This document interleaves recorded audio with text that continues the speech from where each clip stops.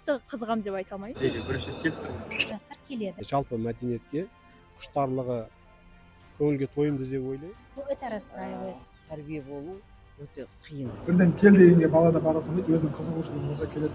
Армысыздар, құрметті көрермен, Ала-Толк арнасына қош келдіңіздер. Бүгін біз қаланы мәдени қырынан танимыз. Осы шығарылымда біз қазіргі жастардың өнер мен мәдениетке қызығушылығын және осындай жерлерге қаншалықты жиі баратынын білетін боламыз. Алматыда түрлі мәдени орындар бар. Ол көрме, мұражайлар, театрлар және басқа. Ал жастар мұндай жерлерге қаншалықты жиі баратыны жайлы өздерінен сұрап білдік. Музей деген нәрселерге көп қызықпаймын да өзімше. Бұндай музей, театрларға ондай жиі келмейміз. Біз тұрған жақтарда, бұрын тұрған жақтарда бұндай музей, театр сияқты жерлер аз. Қатты көп аса бара бермеймін. Музейге айына бір рет барам. Ал выставкалар, шетелдік выставкаларды көріп жатсам, онда баруға тырысам, әрине, себебі ол маған өте қызық. Театрға келетін болсақ, қатты қызығам деп айта алмаймын. Мен осы академияда оқыған соң түрлі іс-шараларға қатысып, театрлық жұмыстарды да қарастырамыз. Ал отбасымен де кейде бірге барып қызығамыз. Қазіргі жастар қазақ мәдениетіне, жалпы мәдениетке құштарлығы көңілге тойымды деп ойлаймын. Өйткені осында дәріс бергеннен кейін біраз студенттермен қоян-қолтық араласамыз. Олармен заманауи музейге барып өткенде әртүрлі фото-выставкаларға, концерттерге жиі барамыз. Мәдениет, өнер, тағы да басқа бағыттар сіздердің жастардың қолдарыңызда. Тек оған қызығуды ояту, сол дәл қазір оңай болмай жатыр.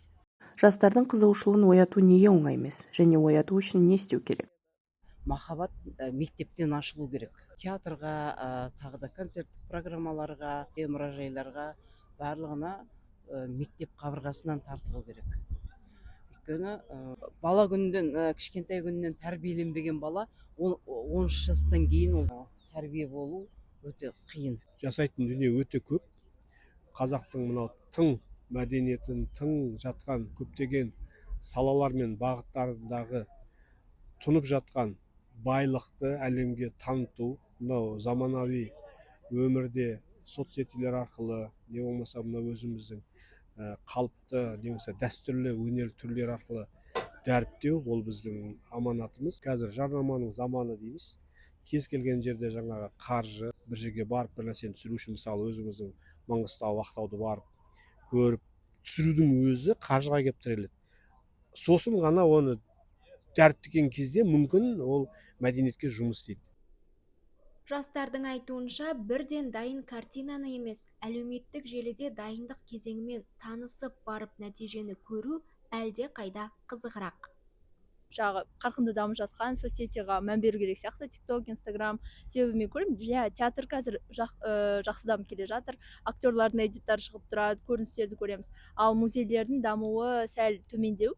Соны жақсартса, жалпы жасөспірімдер оған қарсы болмайды секілді. Қазіргі цифрлық әлем болғандықтан цифрлық әлемге де жариялай білу керек. Және де көптеген шетелдік жұмыстарды ауыстырып, және де оны тек қана театрдан ғана емес, ютубтан және де инстаграмнан да реклама жасау, оның өлеңдерін де интернетте жариялау. Жастардың қызығушылығы жайлы сұрап білдік. Енді қаладағы мәдени орындарды көрейік. Ендеше Алматыдағы мұражайлардың бірі Алматы Museum of Arts'қа кіріп көрейік. Этот музей, музей современного искусства, именно в Казахстане он первый и единственный в своем роде, начиная даже, если вы заметите, снаружи от дизайна и до внутри, все экспозиции, все инсталляции, они совершенно другие, и прочтение, значения, они новые, по-другому. В большинстве случаев для нашего народа это незнакомо, и наша роль сейчас именно это внедрить, чтобы люди уже начали узнавать, постепенно разбираться, знакомиться с именно современным искусством. Бұнда өнер туындылары мен тарихи жәдігерлермен қатар архивтік бейне таспалар, оларды тыңдауға арналған құлаққап, үлкен экранмен жабдықталған қараңғы бөлмелер мен өзге де ерекше кеңістіктер бар екен. Бұндағы қонақтар мен келушілерге назар аударсақ, жастар жоқ емес, бар, бірақ қаншалықты көп.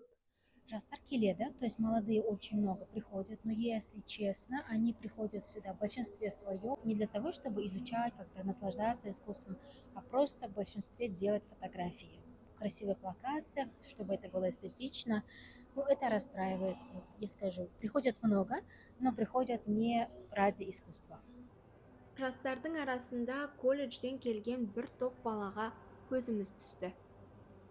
Осы көбінесе балалардың арасында бірінші рет келіп жатқандар көп. Мен өзім осы музейге бірінші рет келіп тұрмын. Айту қиын негізі. Бірден жетектеп алып келдім.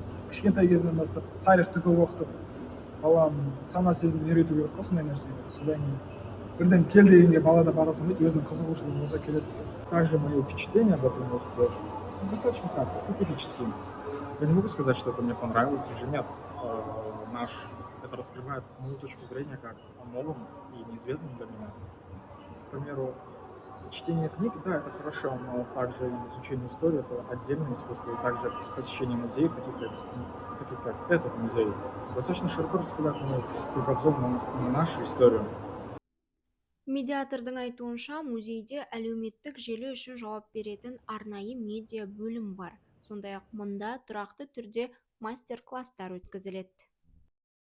Медиа-отдел, который занимается именно работой с соцсетями про наш музей.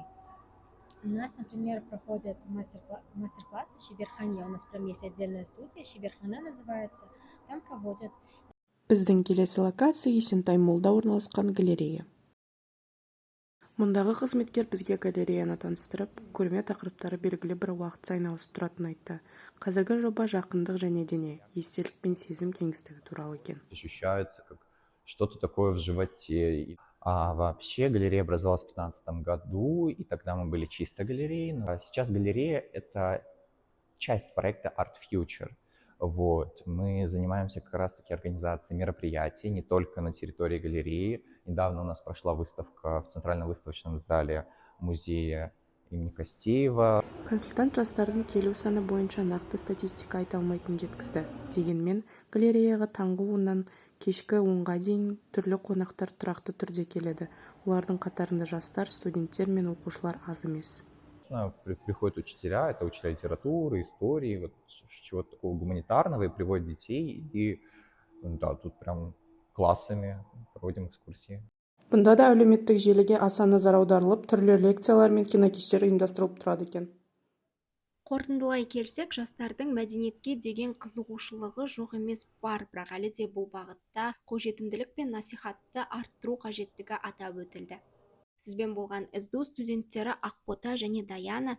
Видеоны соңына дейін көргеніңізге рахмет. Арнамызға жазылып қолдау көрсетуді ұмытпаңыздар. Бұл біз үшін өте маңызды. Келесі шығарылымда көріскенше.